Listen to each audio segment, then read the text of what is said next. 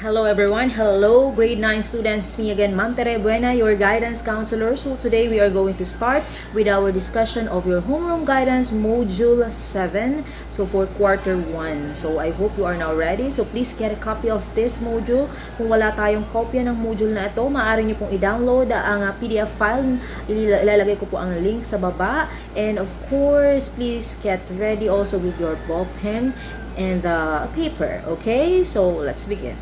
Okay, so for our homeroom guidance quarter 1 module 7, the title is A Closer Look at My Considerations for Senior High School. Ayan. So we are going to talk about senior high school for this module. Ayan. So let's skip the page 2. So let's proceed now to page 3. Okay, you can see there the gabay sa magulang or tagapag-alaga. So again, basa po natin ito sa ating mga magulang o kaya naman ay ipanood ang part na ito ng ating video. Okay? Isinulat ang module na ito upang gabayan ng mag-aaral na maging mapanuri sa mga pagsubok na kanyang nararanasan at kung paano niya pinagtagumpayan ang mga ito ng may tatag, sigla at saya.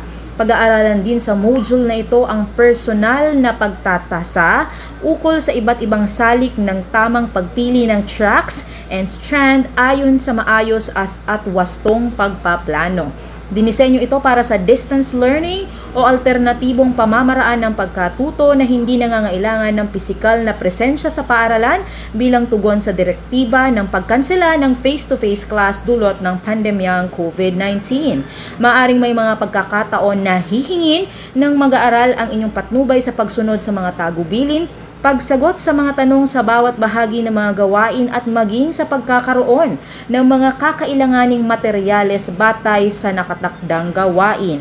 Hinihiling ng kagawaran ang inyong suporta upang matagumpay niyang maisakatuparan ang mga gawain. Makatutulong ang araling ito upang hubugin ng kanyang pananaw sa pagpili ng wasto at tamang desisyon kung anong track and strand ang kanyang tatahakin pagkatapos ng junior high school. Tiyakin na sasagutin niya ang bawat bahagi ng module ng tapat. Ayan. So again, we have to let our parents read this part.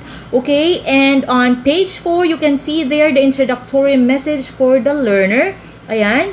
So, to have an informed decision for your senior high school track and strand, it will be helpful to understand your different considerations. You must own each decision that you make, hence, you need to carefully think and examine what you are dealing with. So, this module will help you assess things around you that are relevant to your senior high school track and strand decision. Ayan. So work on the task seriously. Seek help if you believe you need to. Remember, in life there are things that we cannot control. You just need to live with it. So same thing with your previous module. We have here 6 indicative tasks. We had the let's try this. Let's explore this. Keep in mind you can do it. What I have learned. Share your thoughts and feelings. And make sure to read, think, follow, and enjoy every task that you are asked to do. Have fun, stay safe, and healthy. Okay, so to begin with, we must have first the learning objective for our Module 7. Again, the title is A Closer Look at My Considerations for Senior High School. Now, for the learning objectives at the end of this module, you are expected to, number 1, analyze the factors to be considered in planning for senior high school track and strand. Okay? And number 2, relate potentials and traits helpful to the preferred track and strand. And number 3, appreciate the importance of your relationship with your environment and significant others in choosing your track and strand. So this is good for week 7 of first quarter. Suggested total time allotment is 60 minutes, and you will be needing the following. We need sheets of paper, short bond papers, pencil, or a pen. Now for the introduction. Okay, so again, the title is A Closer Look at My Considerations for Senior High School. Okay, ano ba yung mga ikinukonsider ninyong track and strand for senior high school? So we are going to talk about that. Okay, so for the introduction, through self-assessment and help from others, you will identify factors which will play essential role in your senior high school track and strand decision. Ayan, nagawa nyo na bang i-assess ang inyong mga sarili at nagawa nyo na bang tanungin ang ibang mga significant persons in your life kung ano ang kukunin mong senior high school track and strand? Now, it is necessary, of course, to learn various factors that can affect your decisions on what to pursue as soon as you finish junior high school. Ayan. So, sinasabi dito na napaka-importante na i-consider natin ang iba't ibang factors na maaaring makaapekto sa desisyon mo sa pagpili ng senior high school track. Okay? Significant people and events can help you understand the process of finding what career fits your skills and preferences. So, sa pamamagitan ng module na ito, you will be assisted in exploring possible career choices and you will also be able to understand the paths leading to the different tracks and strand in senior high school. Ayan. So, mas maiintindihan natin ano-ano ba ang mga track and strands na maaari nating kunin pagdating ng senior high school at mas malalaman natin, 'di ba? Mas magagabayan tayo kung paano nga ba tayo pipili ng mga nasabi nating senior high school track and strands. Okay? So, let's review this. Okay, you can see there. Okay, here in let's review, okay, pag-usapan natin muna kung ano ang mga mga diniscuss natin sa Module 6. Okay, sa Module 6, you have been shown the importance of fulfilling your roles and responsibilities in the family. Diba, pinag-usapan natin ano-ano ba ang mga responsibilidad mo sa iyong pamilya at dito na pag-usapan din natin kung paano natin mas magiging meaningful ang mga home-based activities. Ayan. So, under let's try this, suggested time allotment is 10 minutes. Now, you are going to get a piece of paper. Now, on a sheet of paper, what you're going to do is you are going to draw a circle and write my considerations in choosing my senior high school track and strand, like the one below. So, may makikita tayo dyan na example. So, kung mapapansin ninyo, may isang bilog at sa loob nun, ilalagay natin ang title. Okay? My considerations in choosing my senior high school track and strand. Exactly, kakopy lang po natin yon. And around the circle, okay, sa palibot ng bilog, isusulat natin yung mga considerations natin sa pagpili natin ng senior high school track and strand. Okay? Ano ba yung mga kino-consider mo?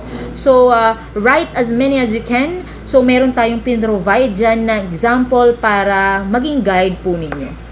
So, meron tayo ditong example, my parents' choice. So, isa sa mga i-consider niya ang choice ng kanyang mga magulang.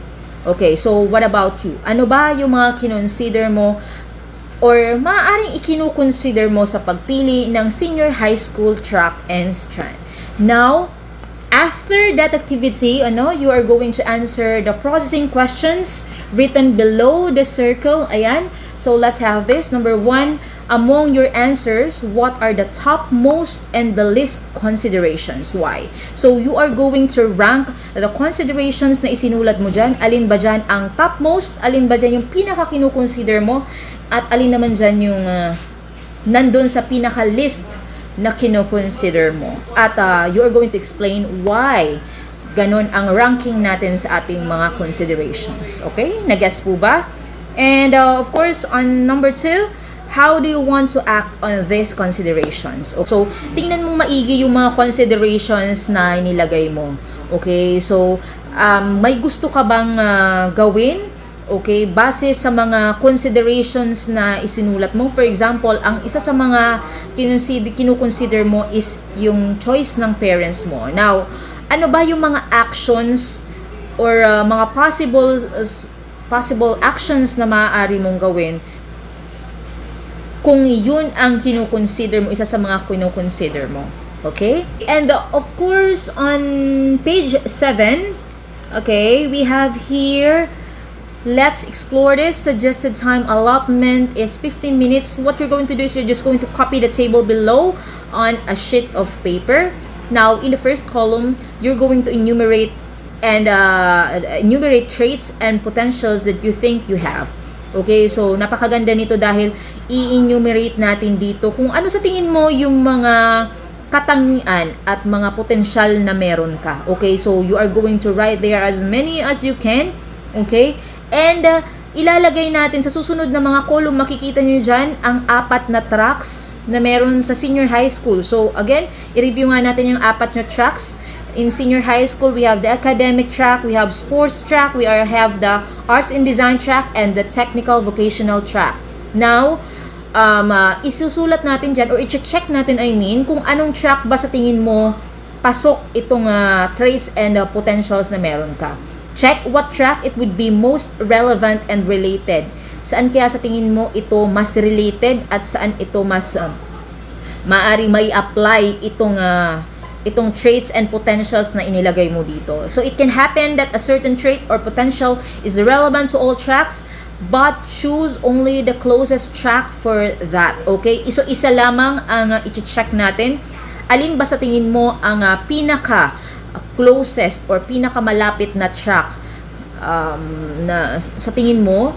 Okay? Alin ba yung pinakamalapit na track base dun sa inilagay natin traits and potential?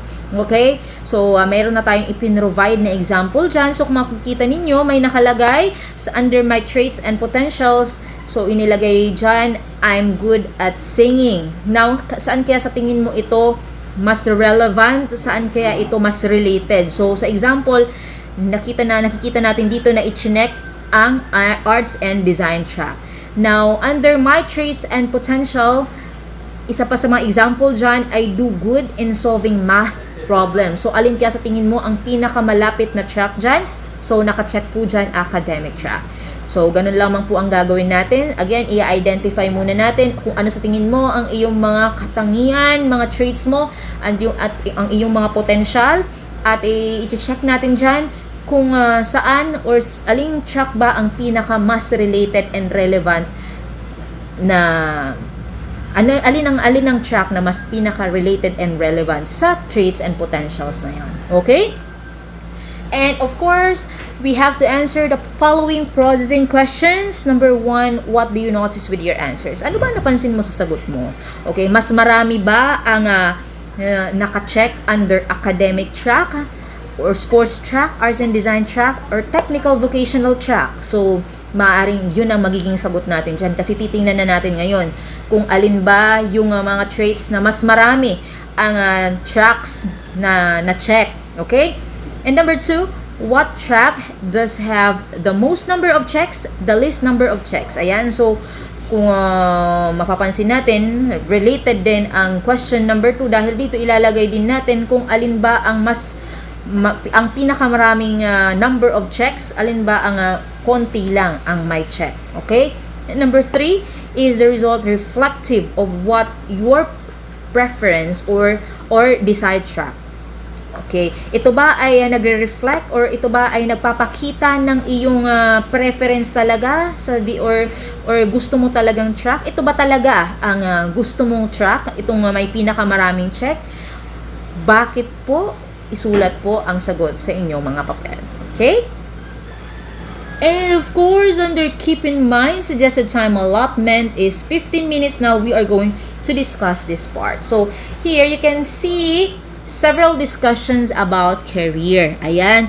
So we are going to talk about career planning. So it is stated here that career planning helps you understand the knowledge, competencies, and skills in preparing for your future path. Ayan. So, kaya napaka-importante na pagplanuhan natin maigi ang ating kukuning career. Okay? Or lalong-lalo na ang ating kukuning track and strand pagdating ng senior high school. Dahil kung mapapansin niyo dyan, base sa kahulugan ng career planning, ay matutulungan tayo nito para mas maintindihan ang mga knowledge, competencies, and skills na kakailanganin para sa isang career. Okay? At ito ay makakatulong para mas ma-prepare tayo para sa ating mga future path. Now, the following are self-help activities for career planning or pathing and come up with a well-planned career by taking a closer look at this action. So ano-ano ba yung mga actions na gagawin natin? So we have here developing self-awareness. Now, developing self-awareness leads you to realize the career path that is appropriate and relevant to you. So, paano ba natin madidevelop ang self-awareness na to? Of course, by means of knowing what you really like or what you really would like to become someday. Ano ba yung pinaka-ambition mo? Ano ba yung pinaka-gusto mo? Dahil dito, 'di ba, mas maganda daw na mas kilala mo ang kakayahan mo, ang mga weaknesses mo, ang mga strengths mo for you to be able to choose career wisely. Okay? And of course, we have here exploring. Okay, so exploring your environment and the opportunities around you helps factor in the relevant skills. So personal potentials and traits that you may want to consider. Okay? Exploring also. And what are we going to explore? Of course, yung environment natin and ano-ano ba yung mga opportunities na maaaring makatulong, okay? Or ano ba yung mga relevant skills or mga personal potential traits na gusto mong i-consider. So, i-explore mo, okay? Ang sarili mo and of course, yung environment and at the same time, kung yung mismong career na papasukin mo.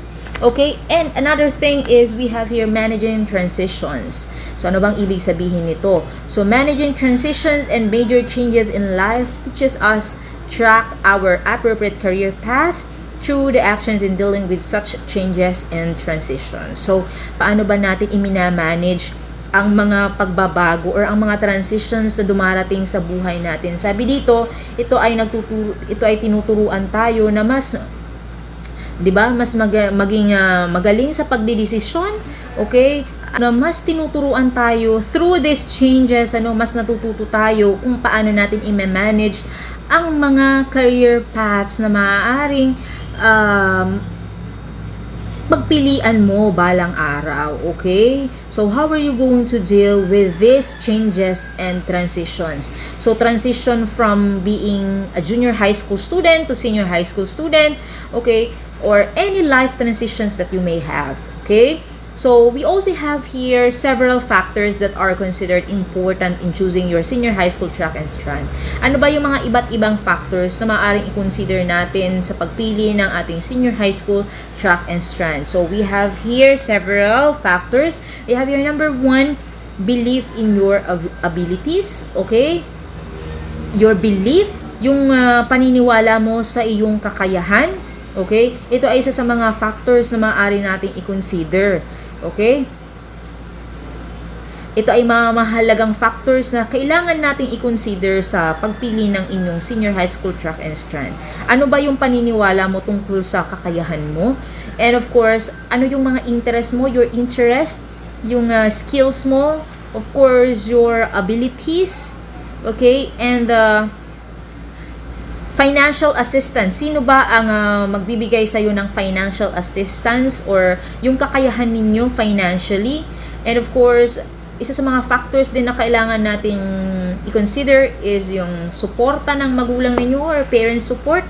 And of course, the list of schools offering each track and strand kasi baka masyado namang malayo ang school na nag-offer ng track and strand na yon and medyo imposible lalong-lalo sa panahon ngayon na may pandemic or kaya naman less nga ang kakayahan natin financially para masuportahan ka ng mga magulang mo sa gusto mong track and strand or sa gusto mong school. And of course, environmental and other similar factors. Now, lahat ng ito ay ang mga kailangan nating i-consider sa pagpili natin ng ating senior high school track and strand. Okay? So, your awareness of your own traits and potentials plays an important role in understanding the best career path for your own future. Okay? So,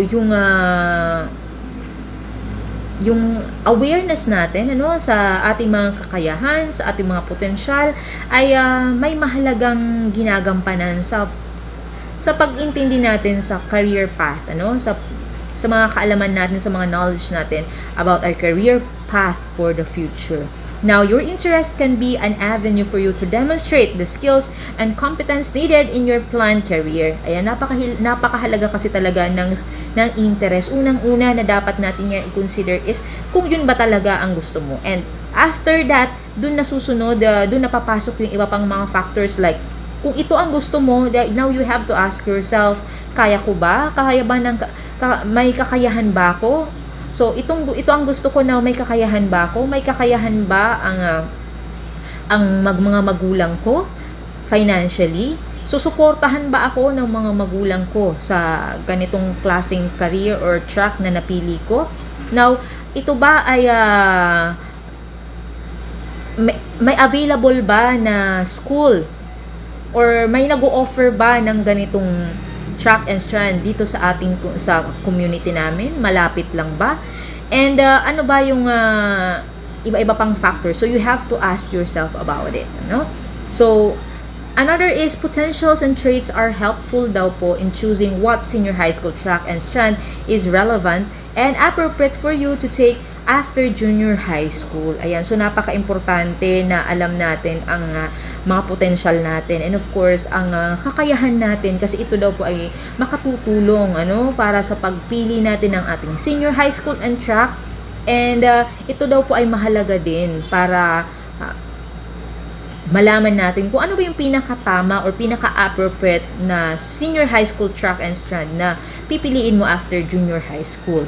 Now, kung mapapansin ninyo, meron tayo ditong discussion about the 4 senior high school tracks for you to choose from. Ayan, so napaka-importante na ngayon pa lang, kahit grade 9 pa lang po tayo, alam na natin kung ano-ano ba ang mga pagpipiliang nating senior high school track. Nang sa gayon ay ngayon pa lang, at least maisip na natin, 'di ba? Magplano na tayo kung ano ba ang maaari nating kunin at saan ba ang school na alin ba ang mga schools, ano ba ang mga schools na nag-o-offer ng ganitong mga senior high school track and strand. So, we can see there 4 senior high school tracks to choose from. We have the academic, technical, vocational livelihood, arts and design, and of course, the sports track. Now, kung mapapansin ninyo, meron tayo dito mga iba't ibang strand because we have here under the academic track, meron tayong STEM, okay, or the science, technology, engineering, and mathematics, or STEM. Ito yung mga tinatawag na strand, So, we also have accountancy, business and management, or ABM. We also have humanities and social sciences, or HUMS. And the last one is general academic strand, or GAS. Ayan, so meron tayong 4 na strand under academic track. Now, under the technical vocational livelihood track, we have here several, So, meron tayong 4 na strands and of course, under this strand, meron pa tayong mga specializations pero ang i-discuss muna natin yung iba't ibang strand under TVL or Technical Vocational Livelihood Track. So, we have here the first one, we have the home economics, we have the information and communications technology, we have the agri-fishery arts, and of course, the industry arts. Ayan. So, saan kaya kayo dito? Alin kaya dito yung pasok sa kakayahan ninyo, sa interest ninyo, at sa mga factors na nabanggit ko sa inyo kanina. Okay, and of course, the second one, we have the arts and design track. Okay, so under arts and design track, makikita natin dito na meron tayong 5 strand. We have the music, theater, visual arts, media arts, and of course, the last one is dance. Ayan. And of course, we have, the last but not the least, is the sports track. Okay, so saan ba kayong track? Alin ba yung track na gusto ninyo? At alin ba yung strand na napupusuan nyo na dito? Now, kung meron man kayong gusto dyan, alam mo nyo, maipapayo ko na ngayon pa lang mag-research na kayo, magtanong-tanong na kayo kung ano ba ang yung mga kakailanganing requirements, ano ba yung mga qualifications para sa mga track and strand na to. As early as now, you have to be knowledgeable already kung ano ba ang ibig sabihin ng mga track and strand na to. Okay? So, learners like you tend to become interested in an activity. Okay? If you see yourself competent in performing it and if you see the positive outcome, now interests are unlikely to develop in activities in which you see yourself as not performing well and you most likely expect negative outcome. So, interest may also flourish if you already possess the talent that you have an enabling environment that you can support to achieve positive outcomes. Now, this may not also develop if you are not if this may not also develop if you are deprived of the chances to nurture your efficiency and positive beliefs about yourself. Ayan. So, kaya naman, talaga napaka-importante na explore mo din sa sarili mo kung ano ba talaga yung gusto mong maging balang araw. And at the same time, itong mga interest na to ay kailangan mo din kumbagang bigyan talaga ng atensyon, or kung meron ka mang interest dito, you have also to try doing the activities related to that interest para ma-assess mo din sa sarili mo kung kaya ba talaga. Aside sa gusto mo, may kakayahan ka ba? Or may kakayahan ka bang mas ma-improve ito? Okay? Kung meron, so that probably that can be one of your choices, kumbaga. Okay? So, now, I hope na marami tayong natutunan sa part na yon. Okay? So, I'm sure magkakaroon pa tayo ng mas deeper discussion about this sa mga susunod nating module. Okay? So, under you can do it, suggested time allotment is 5 minutes. Now, on a clean sheet of paper, you're going to list down 3 possible concerns or problems that you may encounter in deciding the track and strand that you are planning to take in senior high school. Ayan. So, napakalinaw dito na isusulat natin sa papel kung ano ba yung 3 posibleng concerns or mga problema or mga concern na maaring ma-encounter mo sa pag-decide kung ano ang track and strand na kukunin mo. Okay? Again, ulitin ko, ano ba sa tingin mo ang 3 posibleng problema na maaring ma-encounter mo sa pagdidesisyon kung ano ang track and strand na kukunin mo para sa senior high school. Then, below each concern or problem, isusulat natin ang mga possible solution and the people who can help you. Okay, uulitin ko. After each problem, isusulat natin kung ano yung mga possible solution and the people. O sino-sino ba ang mga tao na maaring makatulong sa'yo para masolusyonan ang problema mo. So, under what I have learned, suggested time allotment is 10 minutes. Now, what you're going to do is you're just going to copy the table on a short bond paper. Now, you are going to write your answer in each column, and an example has been provided to you as your guide. Okay? So, kung mapapansin ninyo, nandun sa taas ang mga tanong or ang mga kailangan nating sagutin. Okay? So, this is the track that I want. Ano ba yung track na napili mo na? Okay? So, you have to decide. Then, you're going to answer this one. This is where my traits and potentials lean to. Okay? So, yung mga potentials mo and yung mga kakayahan mo or yung mga potential mo ba ay naka-align sa anong track. Okay? So, and this is what my parents, guardians want for me. So, tanungin mo din ng mga magulang mo kung ano ba ang track na gusto nila para sa'yo. Specifically, the strand also, you may write there.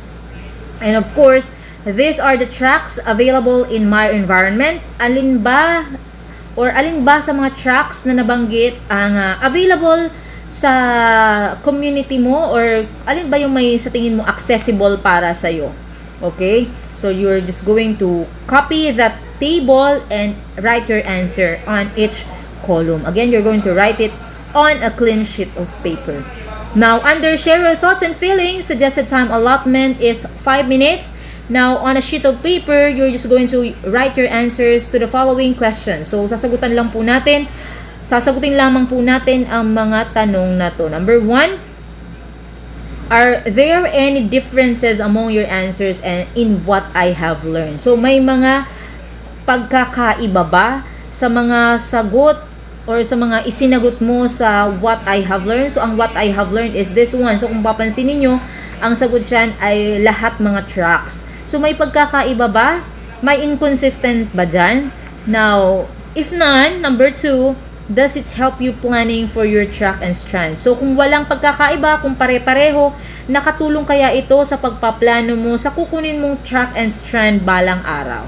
Okay? So, nakatulong po ba ito? Dahil kung pare-pareho, for example, na academic track ang nakalagay dyan, does it make for you does it make your planning easier?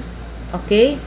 Or does it easier for you to pick the a track and strand for your senior high school, and bakit? And kung yes naman, kung may pagkakaiba-iba man, do you want to act on the issue? Okay, may gusto ka bang gawin or may gusto ka bang uh, mga gawing paraan para ma-resolve ang issue na yon? Of course, the goal is dapat pare-pareho yung sagot natin sa mga columns na yun. Kung ang sagot mo sa mga columns na yun ay pare-pareho daw, muna wala tayong masyadong magiging problema, di ba? Dahil ibig sabihin, kung pare-pareho ang sagot natin, ito ang gusto mo, di ba? Nandun yung interest mo. And at the same time, kung meron kang traits and potential para sa gusto mong yun, and at the same time, gusto din yun ng parents mo at may available naman ito sa yung community or sa yung environment, di ba? Di wala tayong problema. There's nothing to worry about, kumbaga. So, walang masyadong issue. Pero kung iba-iba ang sagot natin sa mga columns na to, ano kaya ang maaari mong gawin para mas magawa nating pare-pareho yung track na isasagot natin sa mga tanong na yun? So, ano ba yung mga maaari mong gawin para ma-settle ang issue na yon? And please explain your answer and write it on a clean sheet of paper. Okay? So, ayan, we are done.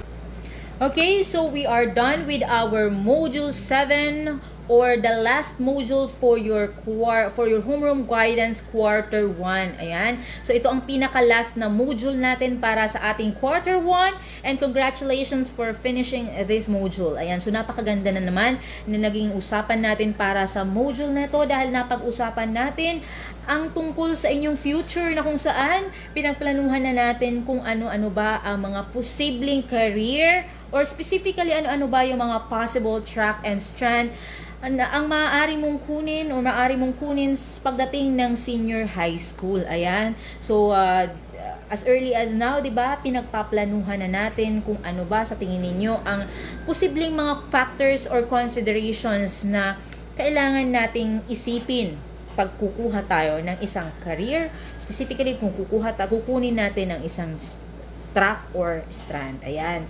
So, i-internalize ng maigi ang module na ito, dahil napaka-importante nito. Mas maigi na pinag-iisipan nating mabuti, mas pinag-iisipan natin ang mga magiging desisyon natin, lalong-lalo na pagdating sa mga careers, dahil ito ay ang magiging isa sa mga magiging malaking parte ng buhay natin balang araw. Okay? So just try to imagine kung ang mapili mong career balang araw ay hindi naman talaga hindi tama or hindi suited para sa'yo, so you will be miserable for that bad decision that you made. Okay? So again, thanks a lot for watching this video. Okay? I-remind ko lang kayo na kung hindi pa tayo nakaka-subscribe sa ating channel na Your Guidance Counselor, please do click the subscribe button and hit the notification bell para mas maging updated tayo sa lahat ng i-upload kong videos. Okay? So tuloy-tuloy lamang po tayo sa pag-upload ng mga videos para sa inyo, grade 9 students. Okay? So again, thanks a lot, and this is Ma'am Terebuena, your guidance counselor, saying bye for now and see you on our next module.